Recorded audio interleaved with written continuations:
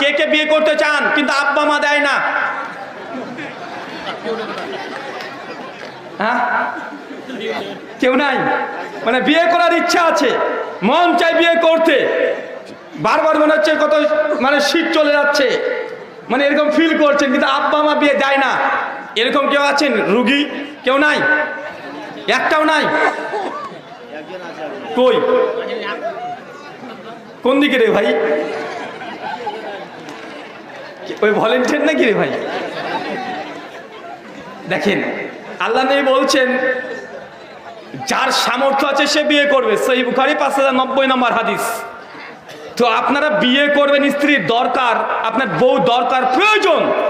এই প্রয়োজনের কথাটা বাপকে বলতে পারেন না, লজ্জা পান। তার মানে আপনি এখনো সামর্থ্য হয় নাই আপনার। আপনার একটা মোটরসাইকেল প্রয়োজন হলে বাপের কাছে বারবার বলেন যে বাইক লাগবে, বাইক লাগবে, বাইক লাগবে, জোর করে বাইকটা তো ঠিক কিনে নেন, কেন আপনার জরুরত আছে। কিন্তু স্ত্রী দরকার, বউ দরকার, এটা বলতে আপনি লজ্জাবোধ করেন। অতএব আপনি এখনো ম্যাচুরিটি আপনারা আসে নাই, এখনো বিয়ে করার যোগ্য হয় নাই।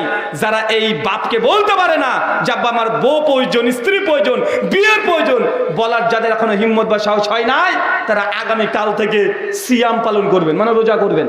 নয় বলছে যার সামর্থ্য আছে বিয়ে করো, যার সামর্থ্য নাই কি করবে? কি করবে? সিয়াম করবেন, রোজা করবেন।